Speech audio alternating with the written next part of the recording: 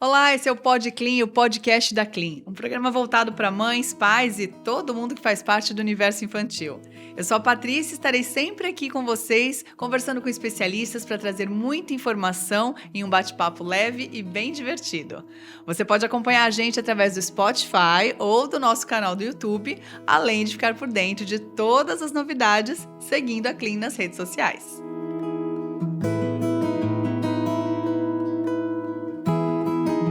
Pais e responsáveis, sempre queremos proteger nossos pequenos de todo mal, não é verdade? E se pudéssemos, estaríamos 24 horas por dia do ladinho deles para evitar qualquer tipo de situação que possa ferir nossas crianças.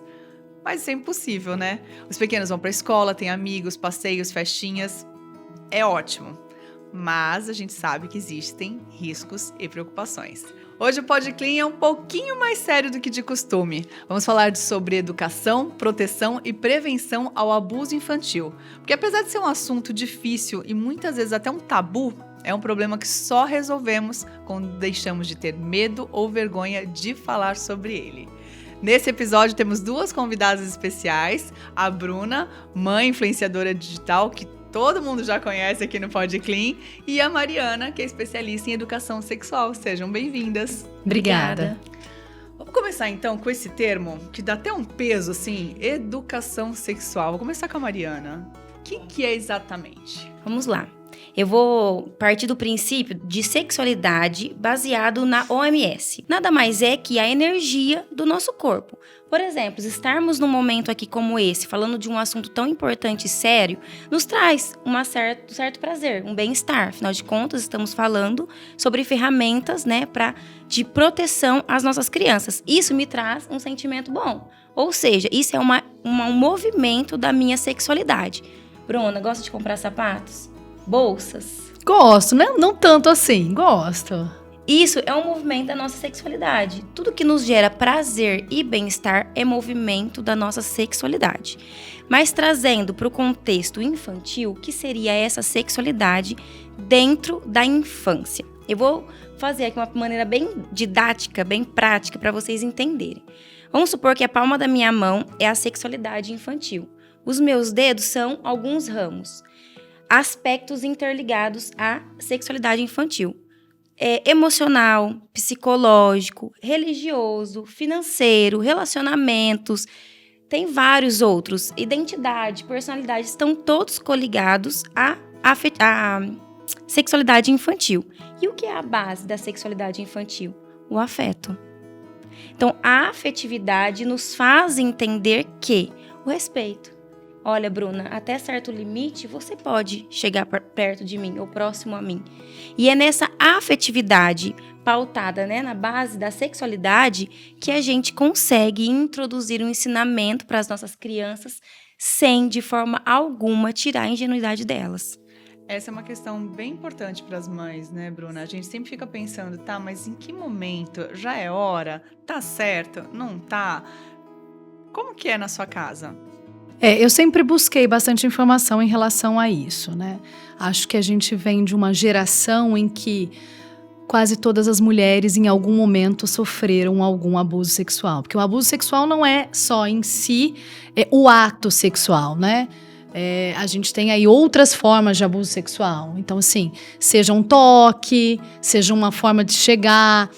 E eu não queria que isso acontecesse, né? Quando eu soube que eu teria uma menina, eu falei, opa! É uma relação de preocupação e uma relação de que eu preciso protegê-la para que ela não viva o que eu e todas as outras mulheres o que a gente já viveu. Então eu fui buscar essa informação e tudo que eu li sobre o assunto era de que a gente podia começar muito cedo. Muito cedo como? Trocando a fralda de um bebê.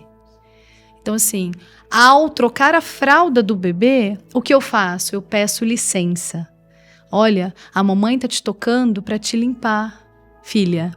Olha, a mamãe tá mexendo em você para te limpar. Então assim, é um toque de higiene. Tem um fim específico. Tem um fim específico. Uhum. Então eu fui falando isso desde bebê mesmo, né? Eu converso muito com eles desde bebê. E aí isso aí eu fui trazendo, no dia a dia. Assim, no começo as pessoas ficavam, nossa, mas precisa disso? Pra que isso? É um bebê. Mas a gente não pode nunca achar que um bebê não está entendendo o que está acontecendo com ele. E é assim que a gente vai informando e construindo esta educação. Opa, com 2 anos ela já sabia, não pode tocar aqui, né? E aí ensinar os nomes também, né? Tem a questão dos nomes, dos apelidos que a gente acaba usando, né? A minha Pepeca, né? Que é um nome assim que dá para identificar e que também é reconhecido pelas crianças. Ela precisa ficar escondida na calcinha, é uma parte privada. Quem pode ver? Quem pode tocar? Então ela já entendia que quem podia tocar era só a mamãe para limpar, ou só a professora para limpar, né? Até o papai para limpar, né? A gente não pode excluir também o pai disso, porque o pai é um cuidador. Mas era um toque de higiene. Então, isso começou muito cedo, desde bebê. E você acha que é assim mesmo que tem que ir, Mariana, desde o comecinho? Sim, perfeitamente colocado pela Bruna. É dessa forma, às vezes as pessoas pensam, eu vou sentar com o meu filho do nada e vou apresentar isso. Aquela conversa super constrangedora que a nossa geração tinha, né? Sim. E lá com seus 10, 12 anos, já sabendo de muita coisa, né? A gente só ia contar para os nossos pais para ver se eles estavam contando a verdade pra gente ou não, né? Mas bem colocado pela Bruna, é exatamente assim. É uma coisa bem interessante, a gente não se atenta às vezes, né? A gente vai até a criança para tocá-lo, dar um beijo. É o meu filho. Mas se você percebe que ele não está afim, respeite-o. Sabe, em casa é assim, às vezes filho, eu posso te dar um beijo? Ele fala, mamãe, eu não tô muito afim. Eu falo, tudo bem, sem problemas. Porque eu, como mãe, preciso orientá-lo, e muitas vezes não é com palavras, em atitudes, né, que ele precisa ser respeitado, ainda que seja um abraço da mãe dele. Mas existem aqueles momentos que eles não querem e tá tudo bem. A gente tem um pouco dessa mania, né? Não, mas você tem que dar um beijinho no vovô, Sim. Tem que dar um beijinho na vovó. Mas, a titia chegou, você não vai dar um beijo nela? Chegar em determinados lugares que as crianças não conhecem os adultos e, não, você tem que cumprimentar fulano e ciclano. Tem que dar beijo, tem que dar abraço, né? Não, eu acho, né, que não deve ser por aí. Até porque como que eu vou orientar o meu filho? Olha, pessoas estranhas ou até mesmo conhecidos não podem ultrapassar certos limites com você.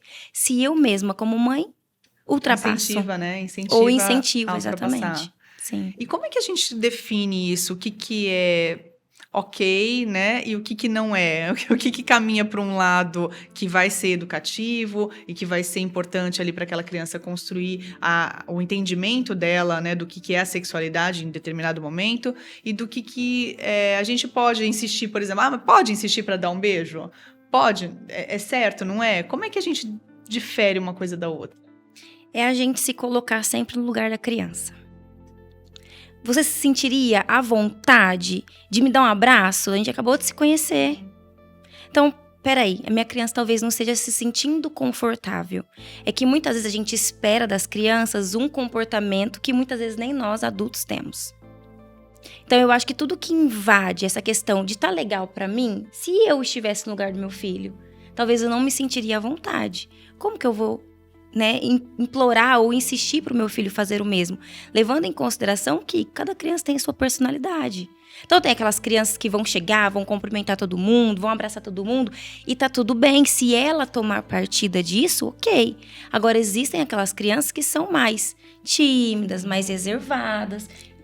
E na verdade eu acho que é até bom que elas sejam mais reservadas em relação a afeto.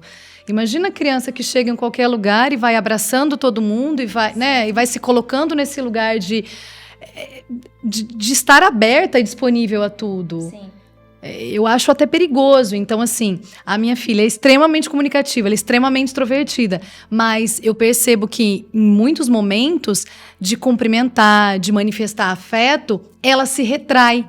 Né? Internamente eu falo, puxa, que bom que ela está fazendo isso. Ela está se protegendo, ela não conhece. Mesmo com pessoas da família que a gente não tem um vínculo aí diário, né? Que você vê de vez em quando, eu falo, puxa, que bacana, né? Fico pensando aqui. Não é uma conversa aberta e aceitável ainda para algumas pessoas? Tá ok, a gente orienta os nossos filhos e a gente segue. Porque tem isso, né? É o que eu falei, a obrigação, né? Mas tem que dar um beijinho no fulano, tem que dar um abraço no ciclano. Então, assim, vale essa dica aí que vamos deixar a criança fazer o que ela quiser e se colocar, conduzir, né, no lugar. Eu gostaria de ser obrigada a fazer isso também. Tem uma frase que eu incorporei depois que eu fui mãe, que é: a brincadeira só é bacana se os dois estão se divertindo, né? Então, a relação, esse vínculo, esse afeto, só é bacana se não está desconfortável para ninguém. Então, se tiver desconfortável para o meu filho ou para minha filha, não tá certo. Vamos, né? Então, assim, às vezes o próprio avô, ai, vem cá, deixa eu te dar um beijo. E vem aqueles beijos melados, sabe? Aquela coisa que é afeto, a gente entende isso. Mas hoje também a gente entende sobre limite, né? Até onde pode ir o outro. E é importante que a gente dê esse passo. Sim. O que isso traz de benefício, Mariana? Que essa preocupação, esse olhar, ele esteja ali presente desde o começo. Isso vai facilitar a criança a ter uma abertura maior até com os pais no futuro e poder encarar o assunto? Porque eu acho que a gente tem muita dificuldade, a minha geração ainda tem muita dificuldade de ter uma conversa aberta com os pais ou com as pessoas mais velhas. Com o avô, então, nem se fala, né? Porque realmente era tabu. Era uma coisa, não pode falar, não pode fazer, não pode isso, não pode aquilo. Então, assim, se a gente começar desde pequenininho, isso vai facilitar, vai trazer benefício no futuro? Sim, com certeza. Essa é a chave. Eu costumo dizer assim, a prevenção, ela é muito importante, porque quando se trata de um abuso sexual, depois que aquela criança foi invadida, o corpo daquela criança foi invadido, ele nunca mais vai ser o mesmo. Com certeza, alguns danos são reduzidos através de terapias e tudo mais. Mas a prevenção, ela é muito importante. E a prevenção se dá como? Na orientação, nesse ensinamento. É claro que a gente vai identificar que cada família, né, tem sua cultura ali, sua rotina. Seu histórico, né? Seu histórico, exatamente. Assim como a Bruna também, desde que meu filho nasceu, a gente tem um diálogo muito incrível. Ele chegou na minha casa da maternidade e eu saí apresentando os cômodos da casa pra ele. Eu fui taxada de doida. Mas a gente tem um diálogo muito aberto. E é claro que eu não vou chegar do nada pro meu filho. Filho, senta aqui, hoje a gente vai ter um assunto sério. Não é disso que se trata. Como eu disse, a gente precisa já introduzir educação sexual com atitudes, né? Respeitando. No momento em não quero o seu abraço agora, tudo bem. Com licença, estou fazendo uma higiene em sua parte íntima. Sempre trazendo essas questões de forma normal. É o que eu comento sempre, né? Com a Bruna. Eu vou dar um exemplo básico pra você, porque é isso que eu tô passando na minha casa. Meu filho descobriu que ele tem um nariz e ele tá cutucando. Ele tem 4 aninhos já, mas assim, ele ainda não tem aquela questão do pudor. Lógico. Onde posso fazer isso, onde não. O que a sociedade fala que pode, o que a sociedade fala que não pode. A verdade é essa, né? Porque coçar o nariz, todo mundo tem coceira no nariz, né, gente? Sim, é normal. Mas nós estávamos, né, no restaurante, ele começou a cutucar o nariz, assim, de verdade. De verdade, ótimo. E aí eu cheguei nele, abaixei, né, na altura dele. Amor, olha, é legal, não é? Mexer no nariz? É legal. Traz um prazer, não traz? Todo mundo adora limpar o salão. Todo mundo gosta. Eu falei, eu entendo que tá divertido, mas nós estamos num restaurante. E aqui não é um lugar correto da gente fazer isso. Você quer ir ao banheiro? Está te incomodando? Vamos ao banheiro para você fazer a sua higiene? Aí ele parou e falou, tudo bem, mamãe. E ele tirou a mãozinha e seguimos. E aí, por exemplo, você tá assistindo televisão. Quando você olha pro seu filho, também assistindo um desenho, por exemplo, e ele está com a mão na parte íntima. Sabe o que a maioria dos pais fazem? Tira a mão daí. Tira a mão daí, moleque! Que coisa feia, essa coisa é horrível, nojenta, tira a mão daí! E por quê? Com o nariz, a gente instrui, a gente conversa, explica que ali não é o momento. E com a parte íntima tem todo esse terror. Não, imagina a cabeça da criança, né? Mas por quê? É meu corpo. Não era igual o nariz? Não é uma parte do corpo igual o nariz? Sim. Né? E aí aquela criança desperta uma curiosidade. Ué, porque meu pai e minha mãe ficou tão bravos porque eu toquei ali. Aí a criança, isso sim desperta uma certa curiosidade na criança. Agora, se você falar, amor, parte íntima é só no momento, né, pra higienizar. Tá com vontade de fazer xixi? Tem alguma coisa te incomodando? É tirar o foco da criança naquele momento de estar com a mão na parte íntima. Filho, olha, vamos jogar alguma coisa? Vamos pintar? É tirar, de fato, o foco. Porque não é errado a criança se tocar. É uma coisa comum. Os bebês, quando eles estão naquela fase de desfraude, é muito comum. Nossa, o Benjamin está justamente Muito. nessa fase. Ele descobriu que ele tem um pipi. E tocar ali estimula o corpo dele. Traz um certo prazer. Lógico, não é o prazer que nós, adultos, sentimos. Mas é a mesma coisa de fazer um cafuné. Para eles, tem essa mesma sensação, sabe? E aí a gente tem que, de uma forma totalmente sutil, leve, respeitosa, agradável, de instruir. Meu amor, olha, a parte íntima não se brinca. Vamos brincar com algo diferente, com um brinquedo novo? Tentar, de fato, tirar o foco daquilo. E tentar entender também qual é o motivo, né? Sim. Porque às vezes, que nem você falou, é a vontade de fazer xixi, Sim. é coceira, é qualquer Sim. coisa, pode ser qualquer coisa. Sim. E é que a gente também já fica com aquele pensamento de que é uma Sim, coisa errada. uma pulga atrás da orelha, fala, né? meu Deus, é uma coisa errada. Sim. Não, pode ser só uma vontade Os de fazer meninos xixi. têm muito, até homem mais velho, tem essa mania, né? É muito cultural, é comum isso. Mas quando a gente vê o nosso filho, acho que por conta disso que você disse, o medo, né, de estar acontecendo. Ou ele descobriu, ele vai, né? Pronto, agora Acabou. chegou aquele Como momento. se um bebê de 3 anos fosse, né, capaz de entender o que tá acontecendo ali, né? Sim. Ele tá entendendo que fica mole, fica duro, fica mole, fica duro. Nossa, que coisa interessante, Sim. né? É até legal você falou sobre essa questão, né, de ficar duro, mole. Meu filho já perguntou, mamãe, por que fica assim? E que você responderia, Bruna? É um músculo, eu falo pro meu filho. Se você mexer, ele vai ficar duro. Se você deixar de mexer, ele vai ficar mole. É normal, eu falo pra ele. E aí tem muita gente que fala, ai, moleque, quero falar disso não. Ai, pra quê? Sabe? A cultura brasileira é aquela cultura assim, não tocar no assunto faz o assunto virar inexistente. Que é um dos maiores erros. Só né, que da não, né? educação, E não é bem aí, por aí. É o Dos pior maiores erro que o pai, a mãe ou profissionais que atuam com crianças podem cometer. Eu ia perguntar justamente isso. O que é, na opinião de vocês, o maior desafio? É a carga que as pessoas ainda têm, o preconceito, encarar o assunto como um tabu? Ou é realmente entender que as crianças estão mais ligeiras, elas estão mais espertas, elas aprendem tudo muito mais rápido e as gerações vêm cada vez mais desenvolvidas, né? Então a gente também tem que correr atrás e aprender a lidar. O que vocês acham que é o mais desafiador em termos de educação sexual hoje em dia? Eu acredito que é a sociedade.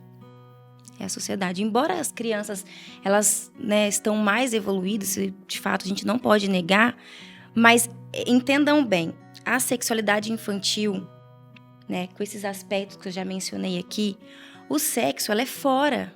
A relação sexual, aquele desejo sexual, ela é fora da sexualidade infantil. Entende? Então, para a criança é a mesma coisa que eu colocar sobre as costas dela um galão de 5 litros de água. Ela não vai suportar. Porque dentro da realidade dela, aquilo não cabe. Então, embora as crianças estejam, sim, mais evoluídas, mas por quê? Que hoje as crianças têm mais acesso a esse tipo de conteúdo.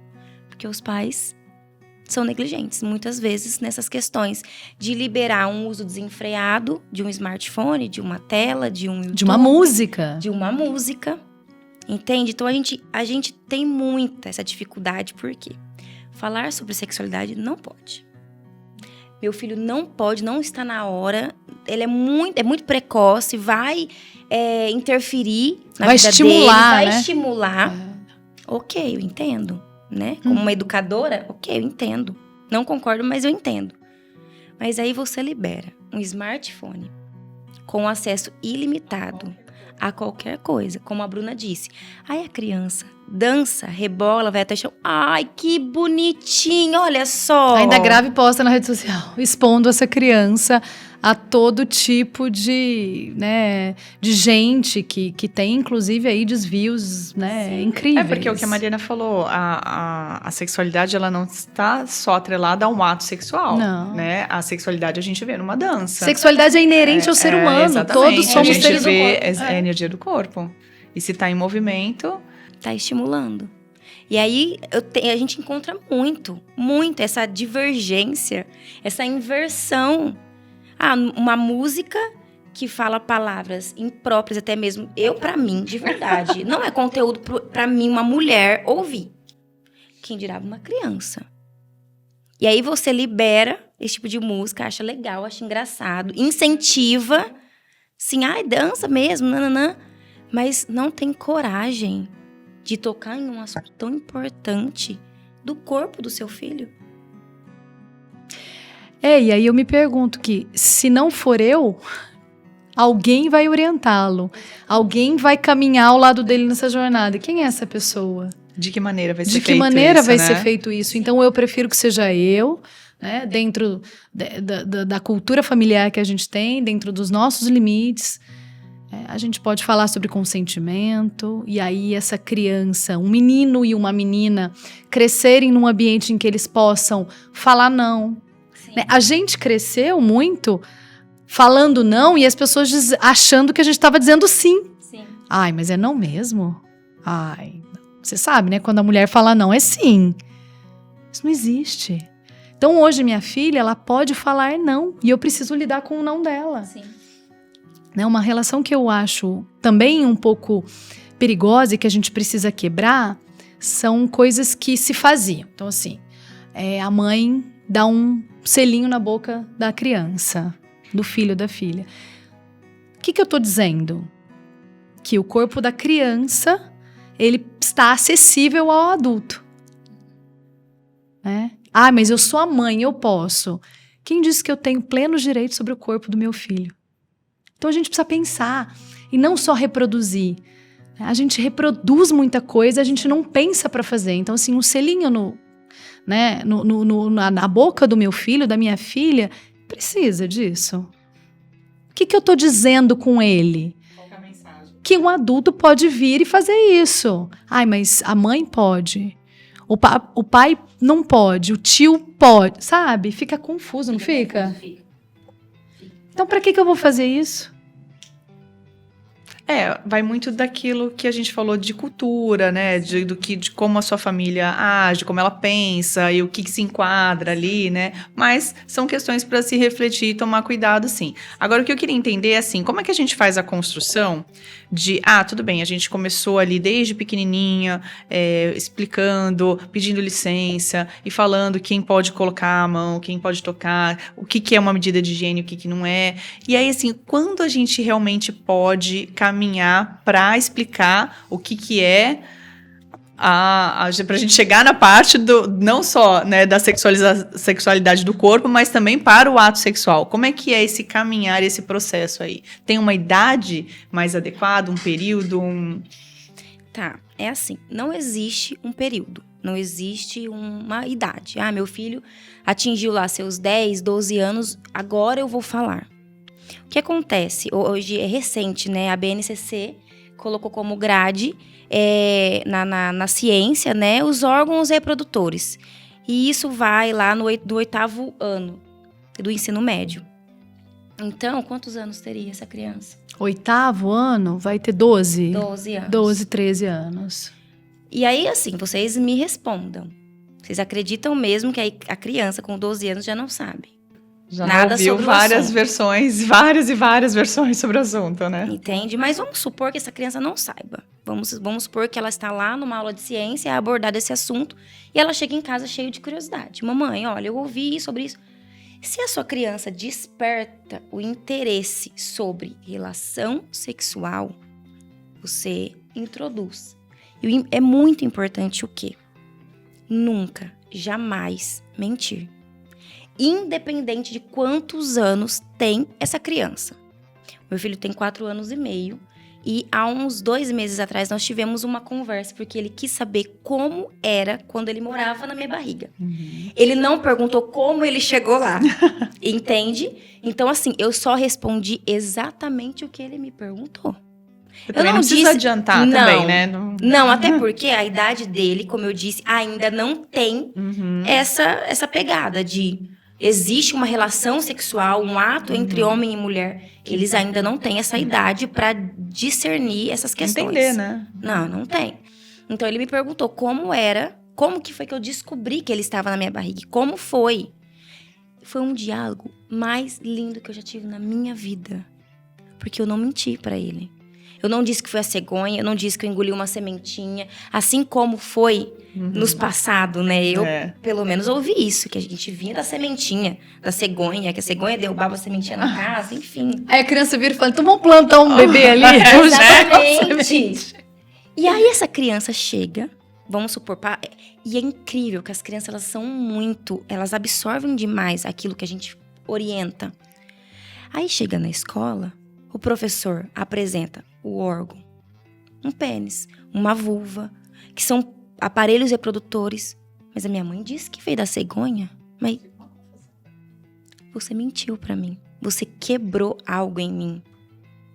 Entende? Então, assim, eu entendi que meu filho tem 4 anos e meio. Ele ainda não entende esse aspecto de relação sexual, certo? Ele me perguntou como era que ele estava na minha barriga. Você só enfatiza o quê? Era incrível. Você não vai enfatizar como foi, como que aconteceu, se a criança não perguntar. Mas você enfatiza aquele afeto, aquele momento incrível que foi gerar uma vida dentro de você. Então, por várias vezes eu olhava pra ele estava sentado em cima da minha barriga, assim. Eu olhava pra ele, os olhinhos dele cheios de lágrimas, porque eu falei, a sua vinda foi muito incrível pra mim, eu te esperei demais. Né? Porque eu fui desenganada por médico, não podia ter filho. Quando eu descobri, foi incrível. Você foi muito amado, desejado. Quando eu me deparei, estávamos nós dois chorando. E foi o diálogo mais lindo que eu já tive. Pode ser que daqui a um tempo desperte. Mamãe, mas como eu fui parar na sua barriga? Aí é outra conversa. Aí é outra conversa. E Mariana, como que eu vou explicar isso? Como que eu vou falar? Se eu não posso mentir, como que eu vou falar? É simples. Olha, existe um carinho entre um homem e uma mulher. Eles se unem, ficam bem abraçadinhos. Existe muito amor, muita afetividade nisso tudo. E aí células são disparadas, né? Como se fosse uma sementinha, mas são células. E aquelas células entra dentro do útero da mamãe. E aí você vai, conforme a criança for mais velha, já entender melhor. Aí você pode ir aprofundando melhor, né? Mas é mais ou menos nessa base. Existe um carinho entre homem e uma mulher. Precisa tirar as roupas, né? E aí você vai introduzindo esse ensinamento. Mas para a relação sexual, a relação, sexo mesmo, nós precisamos esperar a criança discernir. Tá? Não é a gente... Senta aqui que hoje eu vou te explicar. Não. A educação sexual a gente introduz lá de bebezinho. Mas a questão de relação sexual, o ato sexual, a gente espera partir daquela criança. Até, Mariana, tem problema isso? Não, por quê? A questão aqui é prevenir de um abuso sexual. Não é ensinar ela como fazer sexo, certo? Então, se aquela criança ela é instruída desde muito cedo, né, os limites corporais, o que é, o que não é. Certo, errado, né? Então, dá pra gente esperar aquela criança ou até mesmo aquele adolescente despertar essa curiosidade. Porque ele vai ouvir os amigos falar. Ele vai... Ai, você viu tal vídeo? Vídeo, né? O celular. E aí, se você tem um lugar de liberdade entre você e seu filho... Existem mães que falam, Mariana, eu não consigo tocar nesse assunto com o meu filho porque ele é homem. Tudo bem, se o pai faz esse papel, ok, não tem problema nenhum. Eu, Mariana, não tenho esse desafio de, o meu filho é menino e eu, né, por mim tá tudo bem. Mas se você tem esse receio, não tem problema, desde que exista um lugar seguro, uma pessoa em que aquela criança possa se abrir. Sim. Você já passou por isso? Não, ainda não nesses termos, né? Uma prima foi perguntar para a mãe sobre isso. Ela perguntou, mãe, você pode ficar grávida quando você quiser? E aí ela ficou muito Deus, insegura, né? Como é que eu... Já 9 anos. O que eu vou responder e tal, não sei o quê. Me pediu ajuda. Aí eu falei com um psicólogo, um amigo meu na época. Ele falou assim, precisa entender o que ela perguntou, o que ela quer saber. É idade. Né? Não, assim, o que ela quer saber? Ela quer saber se você pode ficar grávida quando você quiser. Você vai responder o que pra ela? Posso, né? Você não tá mentindo. Se eu me prevenir, eu não vou ficar grávida. Se eu quiser ficar grávida, eu não vou me prevenir. Entenda o que ela te traz primeiro, né? Até onde ela foi. A gente não precisa ir além.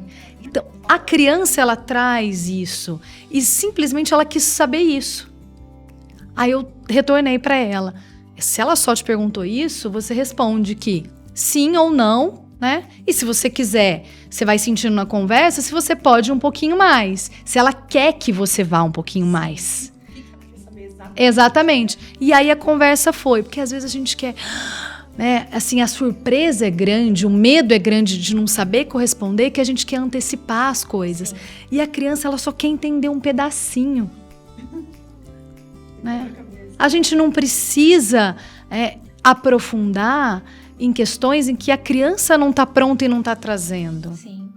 E aí eu achei provavelmente perfeito. não vai entender, né? Não, mesmo não se vai você entender. levar a criança, de repente vai falar, não, mas vai não era nem confundir isso, eu ainda só queria saber mais. se minha avó pode engravidar. De repente era uma pergunta tão simples, né? Sim. A avó pode engravidar, a criança pode engravidar. Às vezes era só uma pergunta relacionada à idade, Não. né? Faixa etária. Não, a avó não pode, porque passou o período dela que ela poderia engravidar. Pronto. É porque a gente vem desse tabu gigantesco. Ai, chegou a hora, é aquele momento, é aquela conversa. E porque a gente tem essa mania de...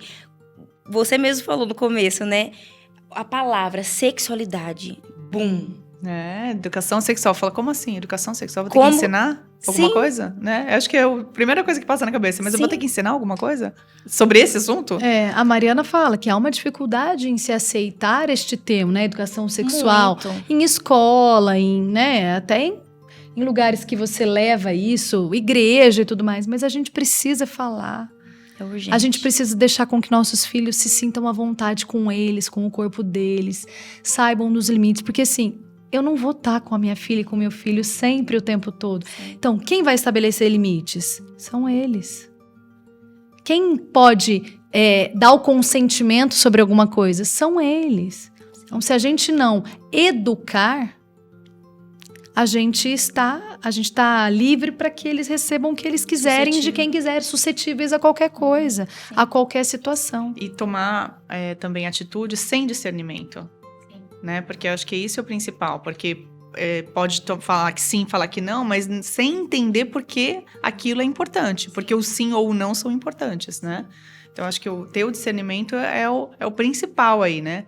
Para a criança poder tomar essa decisão. Sim. E aí, falando justamente de consentimento, como que a gente entra nessa questão de limite, né? A gente já falou um pouquinho, né, de quem pode, quem não pode, qual é o motivo daquele toque. Mas, assim, a criança vai ficando mais velha, Mariana. E aí, em que momento a gente tem que falar, não, olha, isso aqui não pode. Isso aqui você tem que impor esse limite.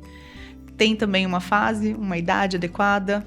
Não, a criança, se ela cresce já com esses limites pré-estabelecidos, isso vai se tornar comum para ela e ela vai entender que as emoções dela, aquilo que ela está sentindo, é importante para ela. E se ela percebe que o pai e a mãe estão do lado dela, não importa o que dizem, não importa o que façam, ela mesma vai começar a se posicionar.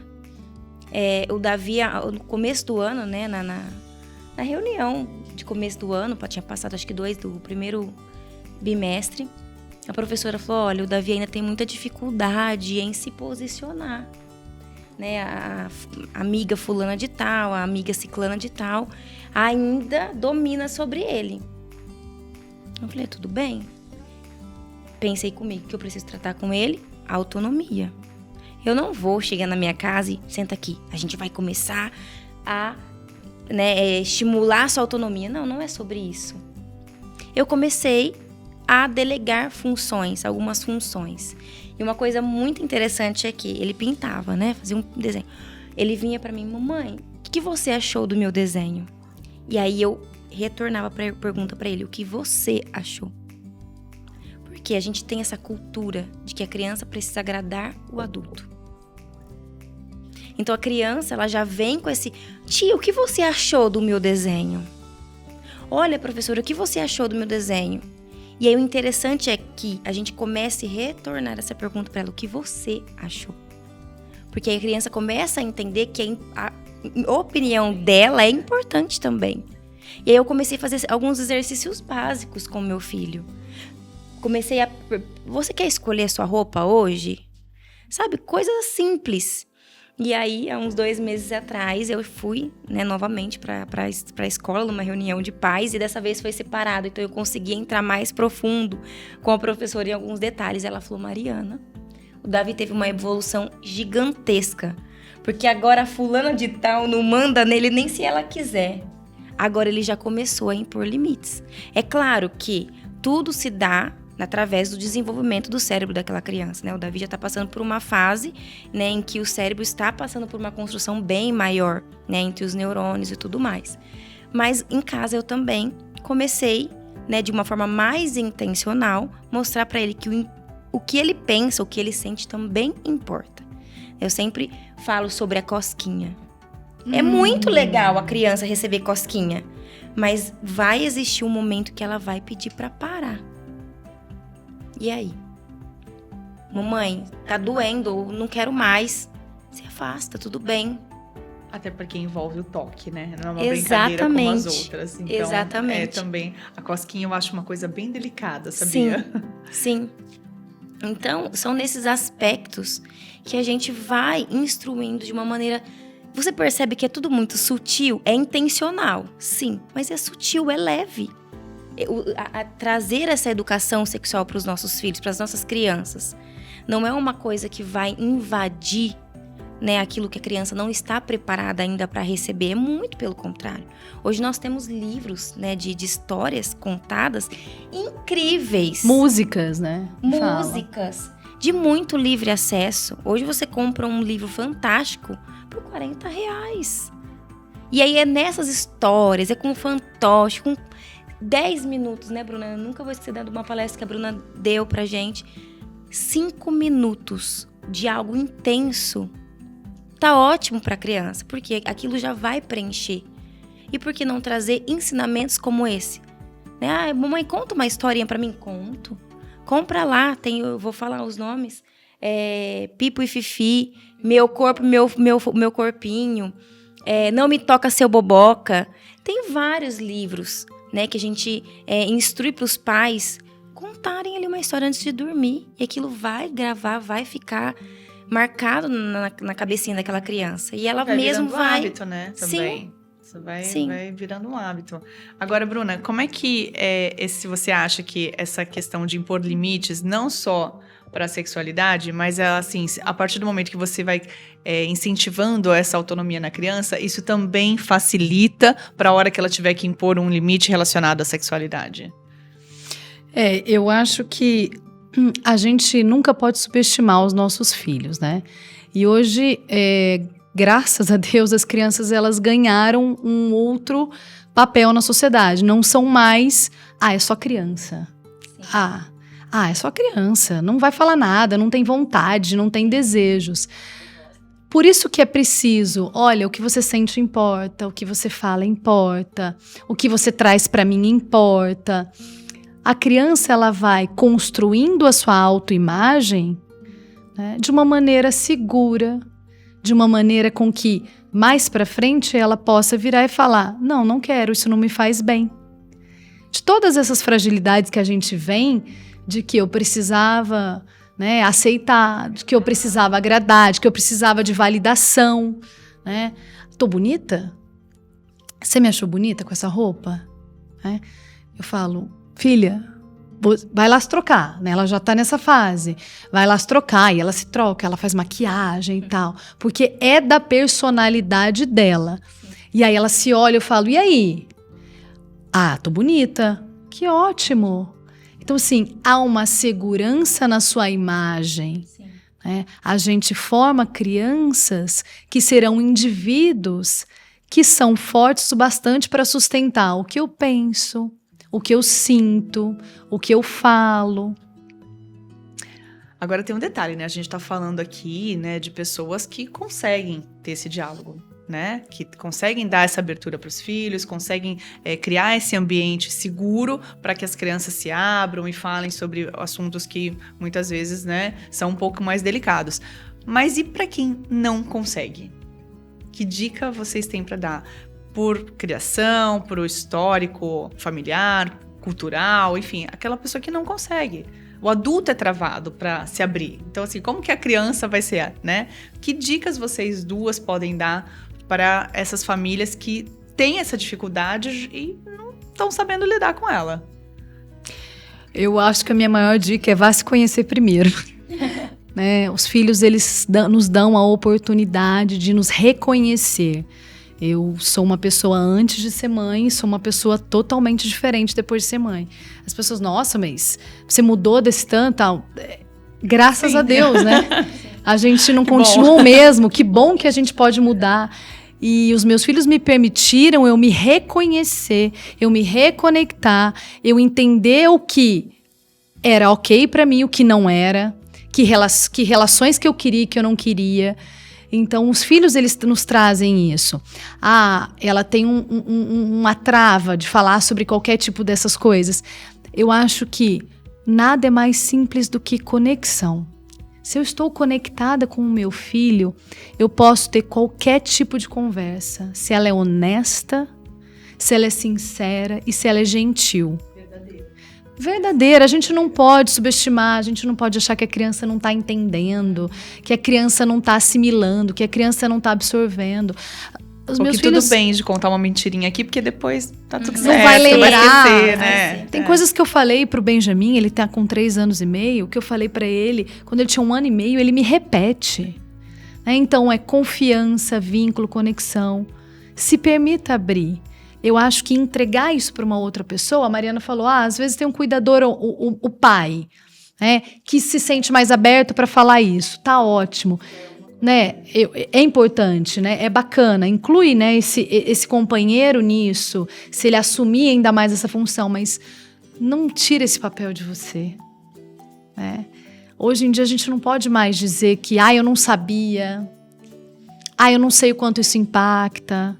Teoria do apego, né? A gente precisa criar relações genuínas e verdadeiras com os nossos filhos, conexões, vínculos. Uma criança que tem um vínculo bem estruturado, ela é um adulto que se vê de uma outra maneira, que se sente seguro com ele. E que sabe que pode contar, capaz. Né? Sabe que pode contar com a pessoa, que não vai ser criticado, que não vai ser julgado, né? Tem muito isso também. E se for criticado, sabe como lidar com a crítica. Tem isso também. É muito importante. E pra você, Mariana, como quebrar essa dificuldade aí de alguns adultos? Tá.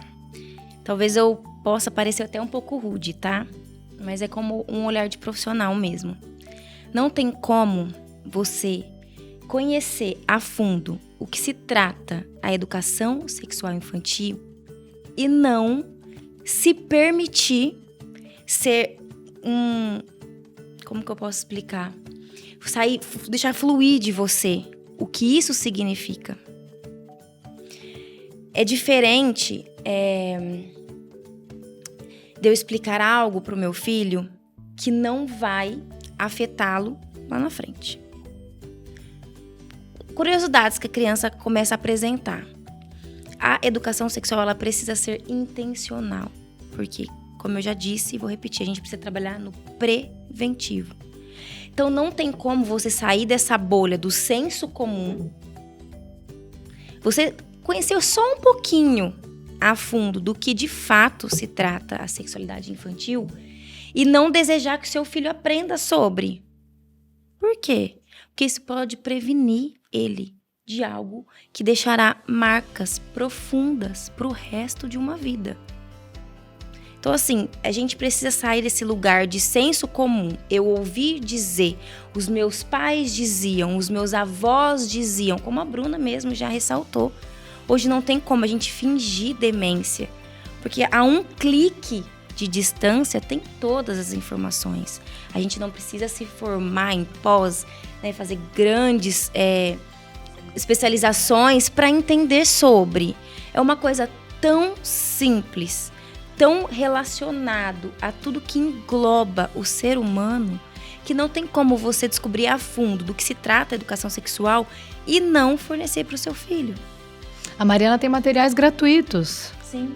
Que né, a pessoa pode baixar, olhar, ver e aplicar, né? Dinâmicas mesmo. Dinâmicas, tarefinhas que você pode fazer. Não é vamos sentar e ter uma conversa séria, né? Vamos brincar sobre isso, vamos brincar sobre corpo, né? Tem a questão das bolinhas, aqui pode, aqui não pode mexer, bolinha vermelha, bolinha verde, bolinha amarela. É muito lúdico, é o que a Bruna disse, é conexão, você estar peso, conectado. Né, do assunto, tira aquela coisa, Sim, né? É a mesma coisa. Mamãe, eu preciso fazer minha tarefa de matemática. Ok, eu vou te auxiliar. Entende? Mas a gente enfrenta uma luta gigantesca, até mesmo das academias, das faculdades hoje brasileiras. Na minha certificação existe um levantamento de faculdades, tanto públicas, federais ou particulares, do Brasil todo. Da grade curricular de cada curso, né? E aí a gente vai pesquisando a fundo. Vamos supor, pedagogia. Aí você vai olhar a grade curricular, não tem nada sobre educação sexual. Aí você vai em psicologia. Você vai olhar a grade curricular, nada. Educação física, nada. Matemática, nada. Tudo que vai aquele profissional vai lecionar sobre uma criança, né? Nada. A gente revirou até mesmo NBA. Não tem nada relacionado à educação sexual. Nada. Uau. E aí, uma coisa muito interessante. No começo do ano, saiu o gráfico, né, do Anuário Público Federal. O estupro e estupro de vulnerável, ele vem subindo no gráfico. Desde 2016, se não me falha a memória agora. Mas ele vem subindo. Chega em 2020, ano pandêmico, ele cai um pouquinho. Agora eu quero perguntar para vocês, por que vocês acham que teve essa diminuição? É significativo, acho que foi 14 ou 16% que caiu, reduziu um pouquinho. Mas por que vocês acham que caiu? Porque a gente não encontrava as pessoas. Não? Não. É muito mais profundo que isso. Ai. Porque as escolas estavam fechadas. A criança deixou de ser abusada? Não. Mas as pessoas que identificam o maior fluxo de identificação de abuso sexual, estupro, é da escola. É porque, infelizmente, geralmente é praticado por alguém próximo ou da família. Tô errada? 82% dos casos são de conhecidos. Então, as crianças pararam de ir para a escola. Elas não pararam de ser violentadas, violadas. Então, a gente precisa urgentemente se atentar a esse tipo de assunto. Porque uma pedagoga, ela não tem isso na grade curricular. E é claro que se ela quiser falar algo relacionado a isso para os seus alunos, ela vai ter que fazer uma certificação, ou seja, ela vai ter que sair um pouquinho da casinha. E ainda que ela saia um pouquinho fora da casinha, faça uma certificação, ela ainda vai ter uma luta gigante para introduzir isso dentro da escola. E aí, depois que introduzir, ela ainda vai ter uma relutância ali de muitos pais. Muito. Porque vai ter muita gente que vai reclamar ainda. E é o que eu sempre falo. Alguns pais não têm essa abertura. Ok, eu compreendo. Não concordo, como eu já disse, mas eu compreendo. E aí, esses mesmos pais também não permitem que a escola dê esse tipo de ensinamento. E aí, quem que sai perdendo nisso tudo? É a criança. É a criança. Essa criança está totalmente desprotegida, né? Ela tá Totalmente vulnerável. Totalmente e sem rede vulnerável. de apoio nenhuma. Sim. Né? Agora, assim, já que a gente entrou aí nessa parte mais profunda do assunto, que tipo de ação, atitude pode ser feita justamente para evitar um abuso? O que os pais podem fazer? O que um avô pode fazer? Um tio? As pessoas que acompanham aqui o nosso podcast e que estão envolvidas ali na criação de uma criança pode fazer para evitar qualquer tipo de abuso infantil? Tá, primeiramente, a primeira ferramenta é educação sexual. Explicar sobre os limites corporais daquela criança. Existem duas vertentes. A negligência, aqueles pais que deixam livremente na casa dos avós, na casa dos tios, na casa de um vizinho, né? É você, de fato, olhar com um olhar mais clínico para aquela situação. Ai, Mariana, mas meus pais jamais fariam isso. Ok, mas quem frequenta a casa dos seus pais? Tá? Então, a gente tem esse primeiro ponto, negligência. Aqueles pais que liberam tudo, a questão do celular, né? É óbvio que, por mais que tenha consequências bem parecidas, né? A erotização, quando ela tira, né, a base, que é a afetividade, e entra a erotização, é claro que ela vai trazer marcas parecidas com a de um abuso sexual, tá? Não é a mesma coisa, mas deixa marcas bem parecidas. Então, através de um vídeo erotizado, uma dança, uma música, uma brincadeira, a erotização vai entrar. Então, é essa negligência dos pais, de alguns pais ou até mesmo cuidadores. E aí, o autoritarismo demais. Aqueles pais, como a gente já citou aqui outras vezes, você não tem voz, você não vai ser ouvido, você não vai ser ouvida, o que você sente, o que você pensa, o que você quer, não importa. E então, o que aconteceu não importa, que eu acho que é o principal, né? Sim. Tem muita criança que é desacreditada quando conta. A grande maioria. Você tem certeza? Mas o seu tio, você tem certeza? Ou até mesmo colocam palavras na boca daquela criança. Porque a gente tem muito essa mania, né? De a criança tá falando e você fica, e aí? E aquela pressão. E aí a gente acaba colocando, né, palavras na boca daquela criança, ou até mesmo desconsiderando completamente o que aquela criança está dizendo. Entende? Então, assim, a gente ter esse olhar, como eu falei, vou repetir, a gente se colocar no lugar daquela criança. A gente sabe os históricos que existem, que já existiram e vão continuar existindo, infelizmente. Então, a gente sabe que se aquela criança relatou algo, eu até falei na palestra, né, Bruna?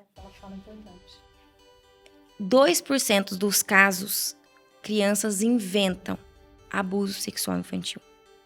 Como eu disse, para a criança, não cabe dentro do mundo dela. Ela ainda não tem essa percepção do que é isso. Até porque muitos dos abusos vindo de conhecidos é confundido com carinho. Então, para aquela criança confessar, é o que eu falo, a criança ela mente para quê? Para fugir de um problema, certo? Se uma criança vir aqui derrubar essa xícara e quebrar, pode ser que ela fale, não fui eu. Mas para quê? Para não levar a culpa porque quebrou uma xícara. Agora, tem coerência uma criança mentir falando que o avô tocou nela de uma forma diferente para se enfiar ainda mais em problema? Não é coerente isso.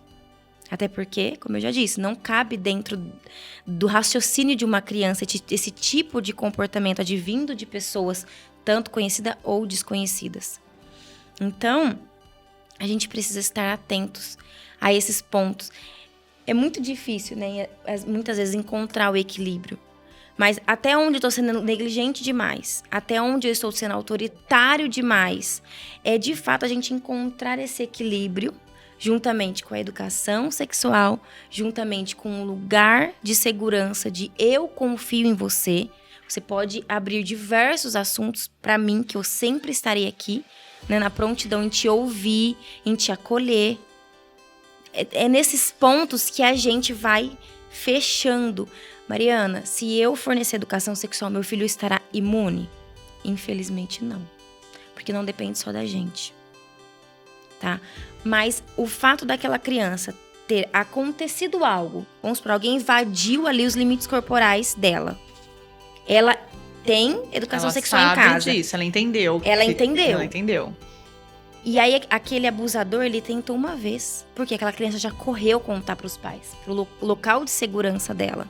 Aquilo nunca mais vai acontecer com aquela criança. Então, existem níveis de crianças que, houve só uma tentativa, houve de fato um abuso, por quanto tempo, por quem foi. Então, não deixará o seu filho imune, infelizmente, não é assim. Mas as consequências são diminuídas, sabe? A gente vai conseguindo diminuir as consequências que um abuso ou uma tentativa de abuso pode ocasionar. Eu acho que ser pai e mãe dá trabalho pra caramba, Sim. né? E a gente precisa assumir esse trabalho, né? Tô numa festa, aconteceu no final do ano passado, a criança de 3 anos, num brinquedo, né? Monitor e tal. Ah, tá com monitor, tá tranquilo.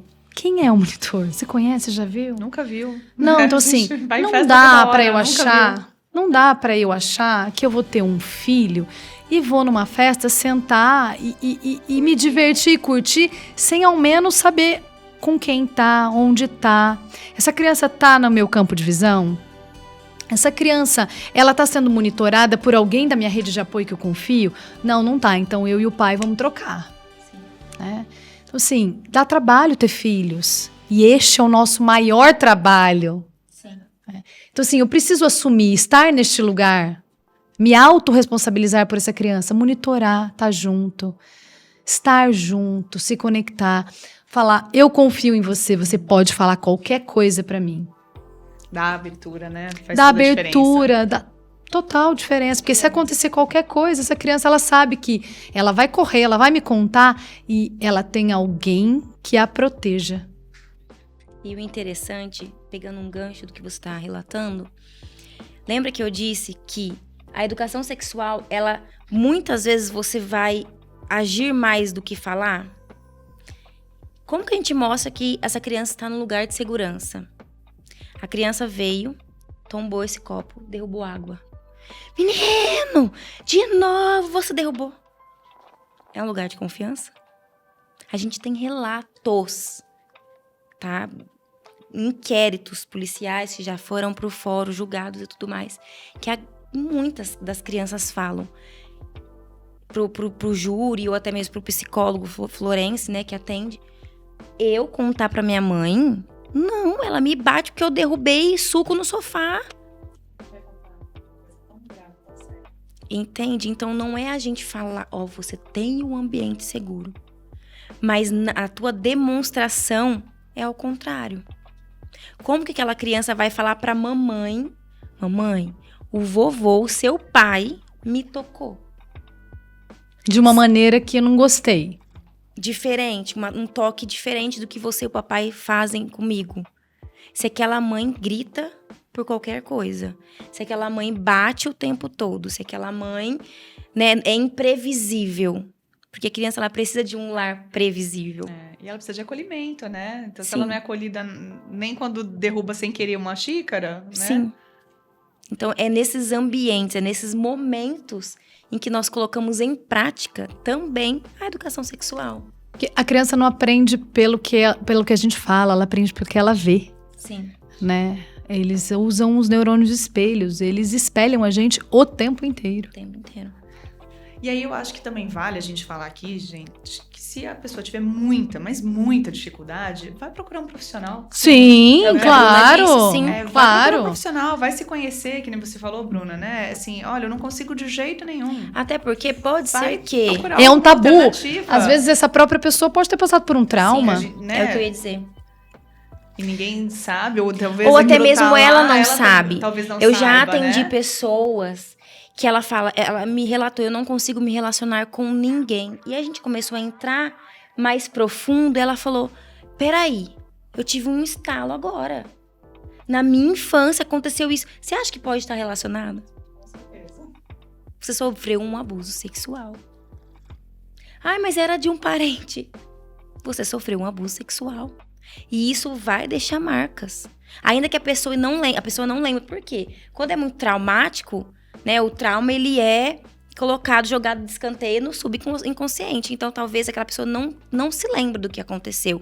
Mas ela tem os gatilhos Ela não que tem vai a real lembrar noção, né? o tempo todo.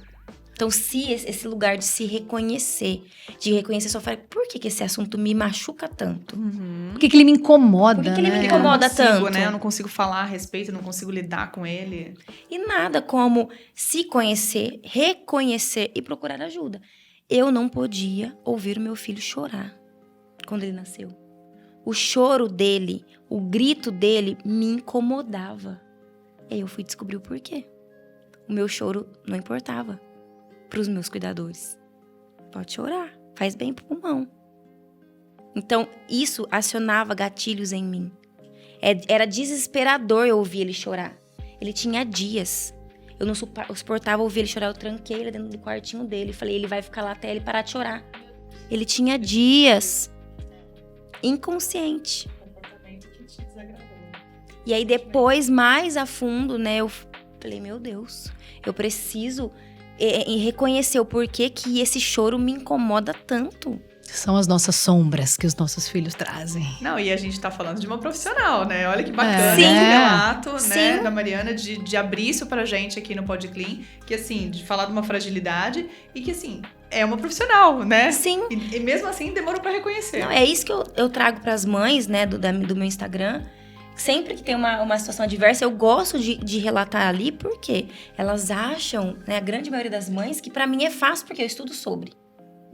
E é muito pelo contrário, porque por eu saber, é que eu me cobro ainda mais. E aí, gatilhos são disparados porque eu não fui uma criança acolhida na minha infância.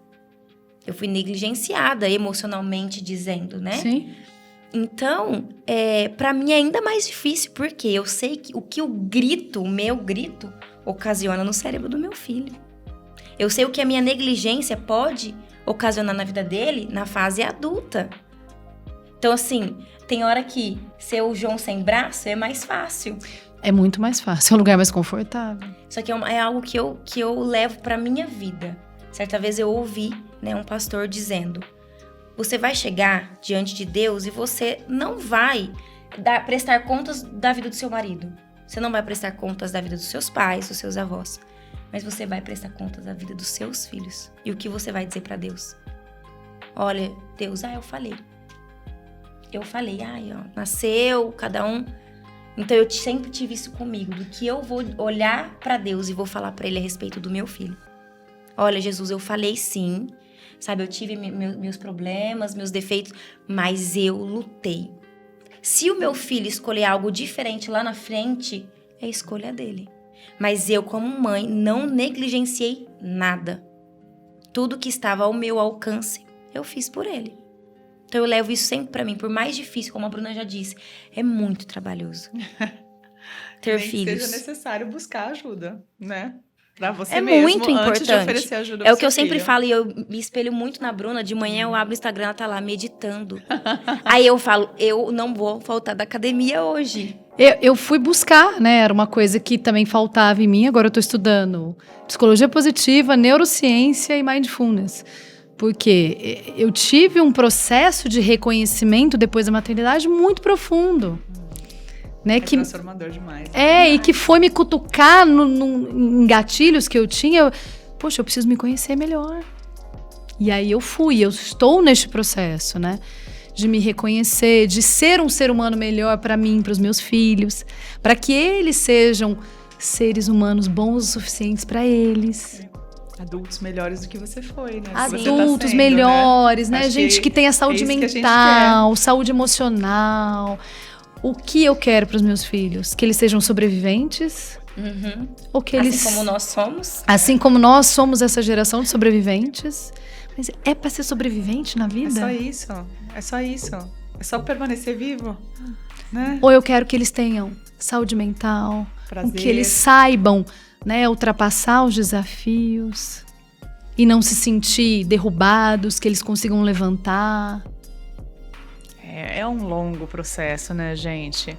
Sim. E falar sobre isso, encarar os próprios fantasmas, eu acho que é fundamental pra gente criar os nossos pequenos aí do jeito que a gente gostaria de ter sido criado, ou que pelo menos a gente imagina que vai ser melhor no futuro, né? Sim.